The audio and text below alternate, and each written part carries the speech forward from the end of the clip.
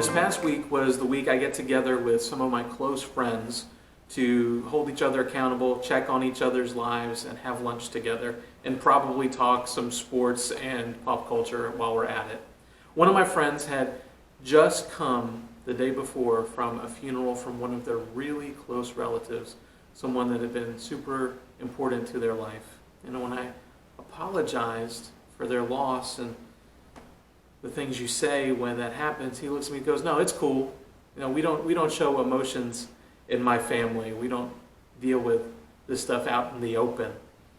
And I thought about that on the way home, and he kind of showed for me something that I read about in Emotionally Healthy Spirituality, the book that's kind of helping guide us as we talk about emotions. And that thing is that we don't like having loss in our lives. In fact, we don't think there should be loss in our lives.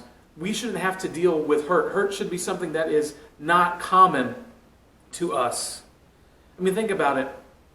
Hurt is supposed to be part of the alarm system for the body to tell us to pay attention for something, but we don't have time to deal with that. Like, we don't have time for headaches, much less these huge losses that are coming into our lives. And to be honest, they're coming into our lives over the past couple of years at a really rapid rate.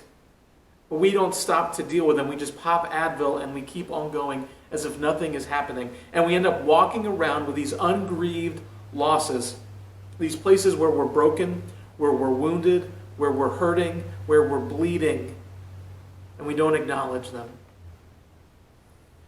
And the place that we are not acknowledging the hurt is the place where we are emotionally and spiritually getting stuck. We stop growing there. Because God doesn't bless who we want to be. God doesn't bless who we pretend to be. God blesses who we really are. And so if we aren't willing to grieve, we aren't going to grow. So we have to grieve the loss, because then it becomes not a place we're stuck, but a place where transformation can happen. In the Bible, there's a guy by the name of Job. He has a whole book in the Old Testament that's got his name. And if you were to pick somebody in the Bible that you wanted to be, one of those heroes of the faith kind of people, I'll be honest, Job would be the last one probably on my list of people I wanted to be because of the way his life played out that we're going to talk about. But at the same time, Job is really all of us. So Job, we meet him at the beginning as a man who lives in the land of Uz, wherever that is. And we know a couple things about him. We know that he is incredibly wealthy. He is the Bezos, the Tesla guy. He is incredibly, incredibly wealthy. And we also know that he is incredibly upright. He is a holy man. And then as his life goes on, he has one day in particular that he probably wishes he didn't have to go through in that moment. One day when Job's sons and daughters were feasting and drinking wine at the oldest brother's house, the messenger came to Job and said, "The oxen were plowing and the donkeys were grazing nearby, and the Sabaeans attacked and carried them off. They put the servants to the sword, and I am the only one who has escaped to tell you." While he was still speaking, another messenger came. "The fire of God fell from the sky and burned up the sheep and the servants. I am the only one who has escaped to tell you." While he was still speaking, another messenger came and said, "The Chaldeans formed 3 raiding parties, and they swept down on your camels and carried them off. They put the servants to the sword. I'm the only one who has escaped to tell you." And while he was still speaking, yet another messenger came and said, "Your sons and your daughters were feasting and drinking wine at the older brother's house, when suddenly a mighty wind swept in from the desert and struck the 4 corners of the house. It collapsed on them. They are all dead, and I am the only one who has escaped to tell you." Satan went out from the presence of the Lord and afflicted Job with painful sores from the soles of his feet to the top of his head. To relieve himself, Job took a piece of broken pottery and scraped himself with it as he sat among the ashes, which really means that what happened at the end of Job's life, at this point in his life at least, when all of this stuff had been taken away from him and his body and his health had been taken away from him, he ended up sitting alone in the dump where other people that nobody else wanted to look at went to go. And as he sat there, his wife, who had been through all of this and had experienced the same kind of loss that he had had enough, and she comes to him and she says, "Are you still holding on to your integrity? Curse God and die." In other words, why are you still fighting? Why are you still struggling? Just give up and die already, and then you won't have to deal with this anymore. Our losses are the same kind of losses he had. We lose our youthfulness. We all are going to get older. We lose our dreams. There are some things that we wish we could do that we just have never been able to get. Our routines and our stability are upended every time something changes. And we lose what we were comfortable with. Our children, we lose our clean houses and our clean clothes and our money when we have children, and then we lose them when they grow up and they leave. We lose things through death and affairs and suicides and divorce and cancer and diagnosis and job loss and infertility. We lose things through broken friendships, through mental decline, through mental disease, through abuse of all kinds.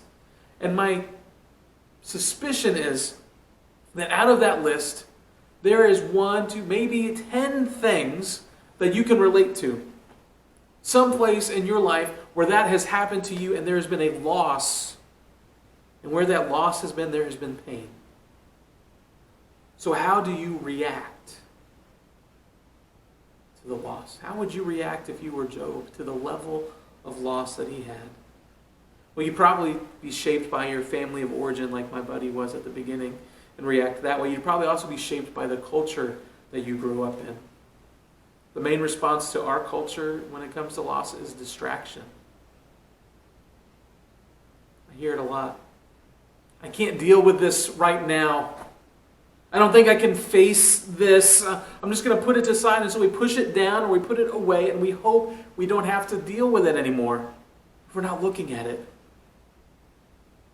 I know this because the first person that was close to me that died was my grandmother.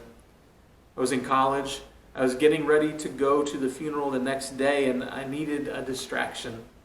And so I did something that might not have been the smartest. I went with some friends the day before to Detroit, which was several hours away, to go to a concert, a Ska Mania concert. So we watched all of these really good ska bands with the horns and the punk rock music all mixed together, and we danced and we jumped around and we sang and we shouted and we lost our voices. And then, because I had to be ready the next morning to get picked up to go to the funeral, we had to drive all the way back. And so I got in with maybe 2 hours left to sleep because I wanted to not have to sit and think about it. I wanted a distraction. The problem with distractions is distractions don't last forever. Eventually, you stop or you pause or you have a chance to think about it again, and you have to find another way to push it down and get rid of the feeling and get rid of having to deal with it, which is why so many of us end up with addictions.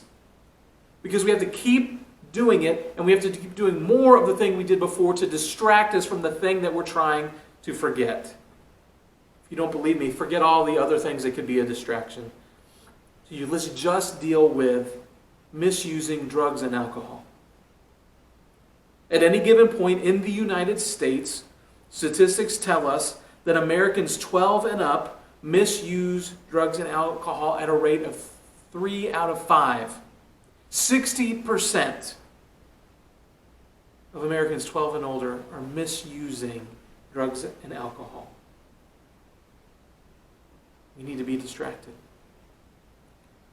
Pete Scazzaro writes, "We watch television incessantly. We keep busy running from one form of activity to another. We work 70 hours a week, indulge in pornography, overeat, drink, take pills, anything to help us avoid the pain. Some of us demand someone else or something else, like a marriage, a sexual partner, an ideal family, our children, an achievement, a career, or even a church, take our loneliness away, as long as we don't have to deal with the loss." Maybe you don't like distraction. Maybe you use other defense mechanisms like selective forgetting or minimizing. Like, yeah, it's bad, but it's not that bad. Maybe you always like to blame others and don't take responsibility. You are the reason that I feel this way, so you fix it.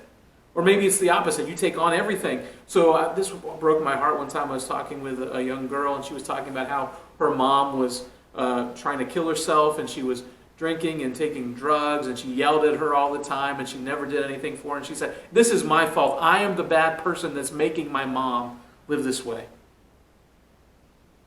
Or maybe when these things come up and they rub a little too close to that place where you have a loss, that place where you have a hurt, you get irritable and you lash out and you get angry because someone's getting a little too close to that place that you want to avoid and be distracted from. And so you lash out instead of dealing with it. And people don't understand what they did. They stepped over the line. But you do. And what happens is we end up in this place where there's no room in our lives for loss of any kind, and we just keep moving forward, and we're stacking them up behind us, dragging them along, stuck emotionally and spiritually at that place where we're hurt. And we wonder why so many of us live with this low level of depression, or this feeling of emptiness, or this hollow place in the pit of our stomach, because we are stuck. You don't even realize that the place we're stuck is the place that is dictating so much of the stuff we're doing right now in our lives, because this is the way we've learned to deal with it. And it will figure out a way to pop up.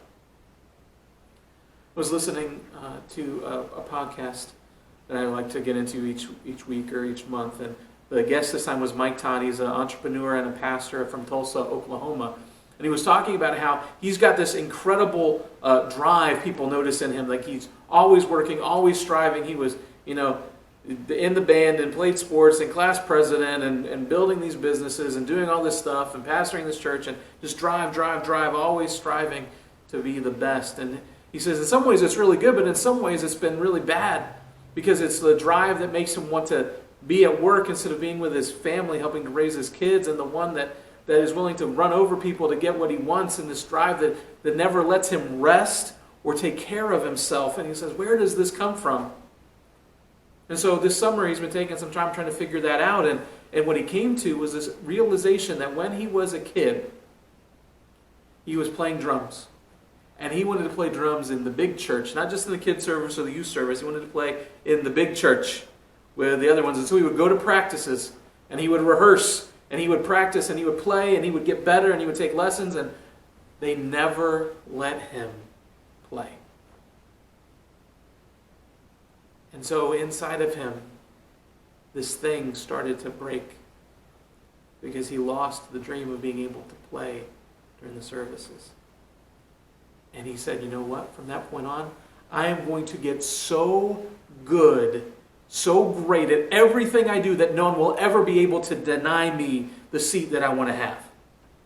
And boom, there goes that motor. There goes that drive. He got stuck there, and that place of hurt actually is what's driving all of the decisions that he made since then. Some of them looked good, but some of them ended up being really bad. But it all started at a place where he had not grieved his loss. You see, if we're not willing to feel the loss, if we're not willing to grieve it, then we're never going to move forward.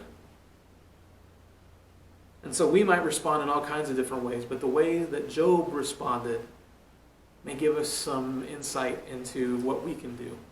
And I'm going to tell you up front, what I'm about to share is way easier to say to you than it is to actually do in the midst of the place that you're hurting.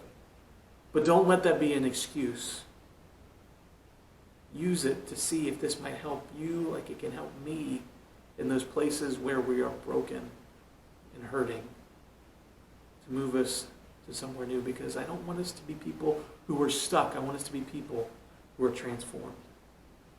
So Job had all of these things happen to him, and it says that he started to fall to the ground and he worshiped. But when he fell to the ground to worship, he didn't just say, oh God, you're so good and I love you and thank you for blessing me even though I'm hurting. He went and he paid attention to the loss. So the first thing you've got to do is you've got to pay attention. In chapter 3, it says, Job opened his mouth and he said, may the day of my birth perish. The night I was born, where it said a boy is born, that day may it turn to darkness. May God not care about it. May no light shine on it. Think he was dealing a little bit with this? Chapter 6, it says, "If only my anguish could be weighed and all of the misery be placed on scales, it would surely outweigh the sand of the seas. No wonder my words have been impetuous. The arrows of the Almighty are in me. My spirit drinks in their poison. God's terrors are marshaled against me." He is not denying the fact that he is hurting and that there is loss in his life. He is looking it square in the face. In fact, he struggles with God for 35 chapters in this book, confronting it over and over and over again. Sometimes we don't think we can talk to God like that, right? Like, do you feel comfortable with going to God and saying, "Hey, these are the things that have happened to me that I don't like. These are the places where I am broken. These are the places that I am hurting. This is the loss that I have." And you might be able to do something about it. And you haven't. We don't talk to him like that, and yet he knows what we're thinking already. The Jewish church and the Israelite people had the book of Psalms to help them in their worship. It was their song book. And they would sing these on the way to the temple when they got there and gathered together when they were leaving to go back home. They would sing these songs. And the crazy thing about them is 2/3 of them are psalms of lament. In other words, they're songs where we're coming and we're broken and we're hurting and we're sad and we're willing to give those complaints to God. Not only are we feeling it, but we're directing it to him. And we're saying, "Hey God, you see this place where I'm hurting? I'm looking at it. You need to look at it too." Someone who was writing about this said, "When we do not process before God the feelings that make us human, such as fear, sadness, and anger, we leak." In other words, it's going to come out. Probably in the way you don't want it to. In soft ways, such as passive-aggressive behavior, sarcastic quotes, a nasty tone of voice, and giving the silent treatment. We have to pay attention to what we're losing and how it feels. But not only that, we have to wait in the confusion.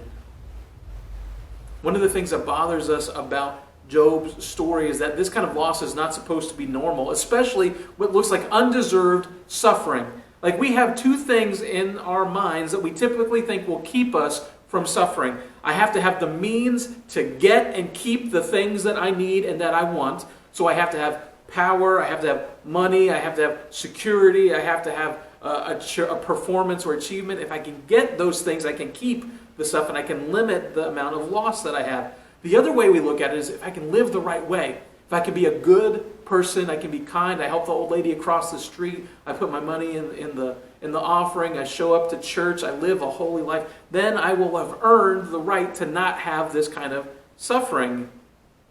And here is Job. He has all of the means, and he has all of the holy living, and yet he is still suffering. And we don't like that. His friends didn't like that. All through the book of Job, they keep coming to him and saying, "Hey, look, you have sinned somewhere. You did something to offend God. That's why this is happening to you. So just come clean. Until you come clean, you're going to keep suffering." They care about him. They're trying to fix him, but they don't have a way to think about it the way what he's going through. And so they come, and over and over again, they verbally beat him into trying to get him to admit to something that isn't there. And they're torturing him, trying to fix him. Which, just as a side note, when you are dealing with someone who's hurting, be very careful when you try to explain what God's doing in their lives, because you probably don't know. But instead of taking their advice and lying to God about something he had not done, instead of taking the advice of his wife to just give up and die, Job waited. And he worshipped while he waited. Even when nothing seemed to make sense and he told God as much, he still waited for God to act and for God to speak on his own. The third thing that he did in the midst of all of his losses, he embraced the fact that he had limitations. I mean, loss comes because we have limits, right? Like, my physical body as great as it might be or as great as yours, has got limits. You're going to have to sleep. You're going to have to eat. Your body's going to age. Where you were born has limits on you, whether it's an accent or just the way that you were brought up. Your family has put limits on you, even good families. Whether you're married or not has different kinds of limits. Whether you have kids or not has different kinds of limits. I don't know too many people with 7, 8, 2, 1 child that are out all night, every night, doing whatever they want and then just come home. Your time has limited you. Because there is so much more that you could do and experience in this world than you can ever do in the time that you have. And as good and as close to God as you are, you have limits spiritually too. Because you do not know everything about Him. And you do not understand everything that He understands. We are limited people. And so in the midst of all of his crying out to God, eventually God comes to Job. And what does he talk to him about? He talks to him about his limits compared to God. Where were you when I laid the foundations of the world? Where were you when I put Leviathan out into the ocean and created these things? Where were you when the mountains were raised? Are you able to do all of these things or not? In other words, he wanted Job to embrace his limits, that no matter how awesome he was, no matter how much he had, how much he achieved, he was not God. And he needed to rely on the one without limits more than he can ever rely on his own power. And while he paid attention to his pain and loss, while he waited in the confusion, and while he embraced the limits, he then allowed God to transform him in the midst of his pain. When he gets to this place where God comes and meets with him, he's at a place where he is more intimate with God than he has ever been in his entire life. I mean, he says these words, "My ears had heard of you, but now my eyes have seen you." In the midst of his pain, he became aware of the presence of God like he never had before. And he surrendered to God's will over his own.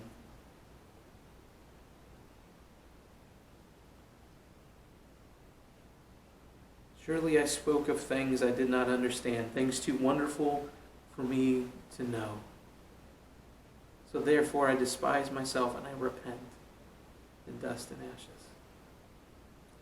It's almost as if he got to the place that Jesus got to in the garden where he prayed before going to the cross. Look, I may this cup be taken from me, but if not, not my will, but yours be done. It's a transformation that took place.